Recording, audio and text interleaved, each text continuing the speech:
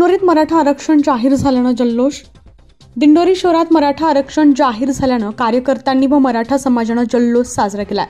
मराठा समाजाचे नेते मनोज जरांगे पाटील यांचं उपोषण मुख्यमंत्री एकनाथ शिंदे यांनी सोडवलं. त्यानंतर मराठा समाजाला आरक्षण जाहीर केलं.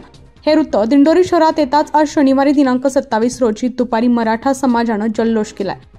दिंडोरी येथे शिवसेना, भाजप आणि राष्ट्रवादी काँग्रेस कार्यकर्त्यांनी जोरदार घोषणाबाजी केली. एक मराठा लाख मराठा, जय शिवाजी, जय भवानी आदी घोषणा दिल्या. मुख्यमंत्री एकनाथ शिंदे, उपमुख्यमंत्री देवेंद्र फडणवीस, अजित पवार यांच्या जय जयकाराच्या घोषणा देण्यात आल्या.